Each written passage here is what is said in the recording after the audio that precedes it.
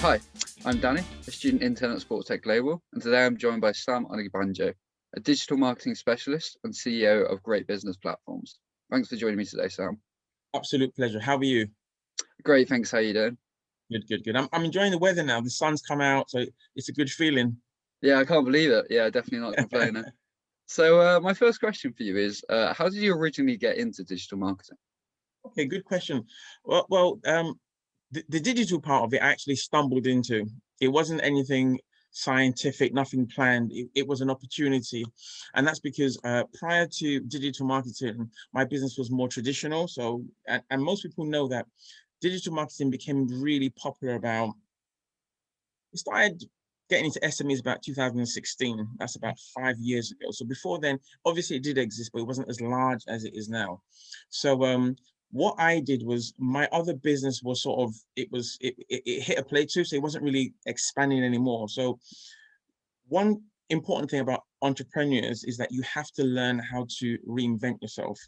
And that isn't just a word, it's a huge mindset. So you have to learn to say, you're not failing, but this model is failing. There's a difference.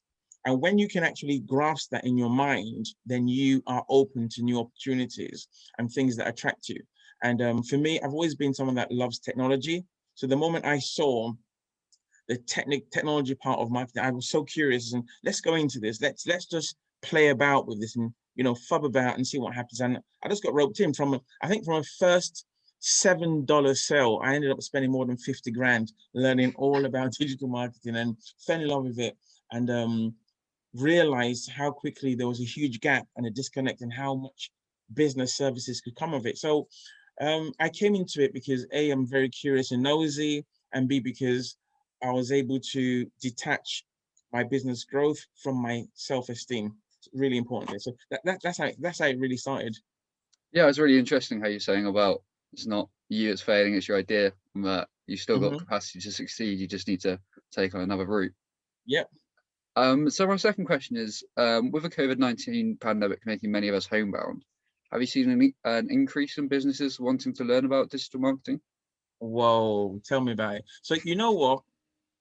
Initially, when we were pushing out digital marketing to tons and tons of people, some people were converting, and a lot of people were like, "This sounds good. We'll get back to you." We had a lot of that, as in, "What's he talking about? What's all this stuff? This stuff worked. Don't change anything. Just leave it as it is." But when the pandemic came and it just shut their businesses, people felt the pain of, hey, we can't work, we can't go out, but we need things to be done. And directors were telling people, just get it done, just sort it out.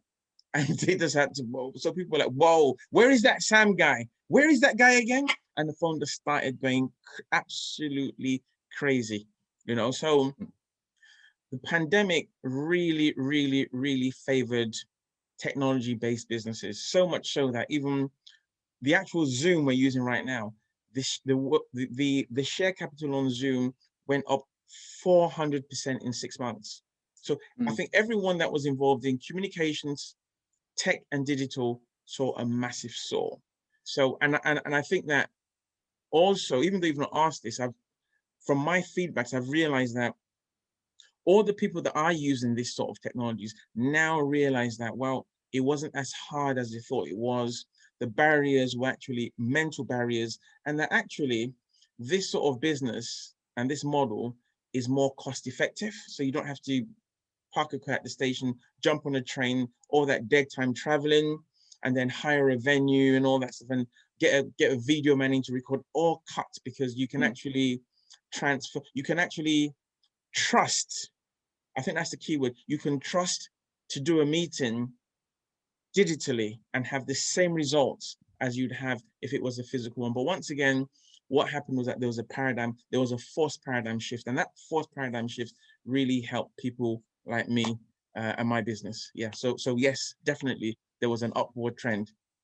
Yeah, it's interesting how the pandemic's actually helped accelerate some things like the adoption of technology. You wouldn't expect, well, a couple of years ago, not everyone was doing meetings over Zoom. A lot more digitalization of things that we used to be every day, just meet up. And then finally, if you could recommend one social media platform for businesses to utilize, what would it be? Wow. You know, I'm a bit of a junkie there. As of today, the platform that has the greatest potential, in my opinion, to actually, it depends, but the one that has the greatest growth to me today is going to be Clubhouse. Clubhouse on iPhone, so much so that I'm a Samsung phone user, but when I was studying what was going on, I got another line and I got another phone just for Clubhouse. So they got me onto an Apple just for Clubhouse. And the reason why I say Clubhouse is because you can, at a faster rate, you can actually identify and network with people that you want to network with. You can actually hear their slants, and you also can be heard. Right? And then I think for now, everything to do with Clubhouse and its growth is still absolutely free.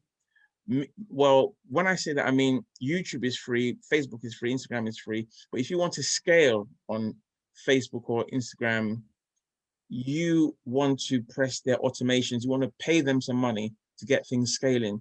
But on Clubhouse, as of now, that still doesn't exist. So the opportunity to grow a huge following, grow a huge database, and to become visible is still free on Clubhouse. So I don't know, why am I promoting them? I'm not making any money out of this, but that's just the truth. You asked me a question, and that's just, from my opinion, it's Clubhouse. And I try and do at least 2 hours a day on it as well, to grow and to know who I want to network in business with as well.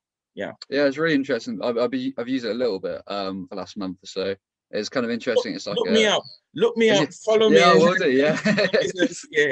Yeah, I'll send you a follow after interview. Okay. Yeah, it's interesting how it's kind of like a mix of social media, and then it's kind of like meeting people in real life. You're actually having proper conversations with people. It's quite a different platform that way. That's it. I love it. And also you can be in your boxers because no one can see you. You know, so that comfort is there. As in, right, no one's watching me. I mean, the strength of Facebook then was that, you know, you see each other, but now that strength has become like a bit of a weakness, because with Clubhouse, you can do what you like, you can be in the kitchen, and because it's new, people just love it. And you can see that even when we open up, you can have Clubhouse in your car. People can't see what you're doing. You can listen to them almost like a radio, but also respond. That is it. So I think Clubhouse is going to be here to stay. That's my opinion. Yeah, I'm with you on that one. Well, that's all my questions done. It's been really great speaking to you. Thank you very much for your time. All right then, yeah. Take care.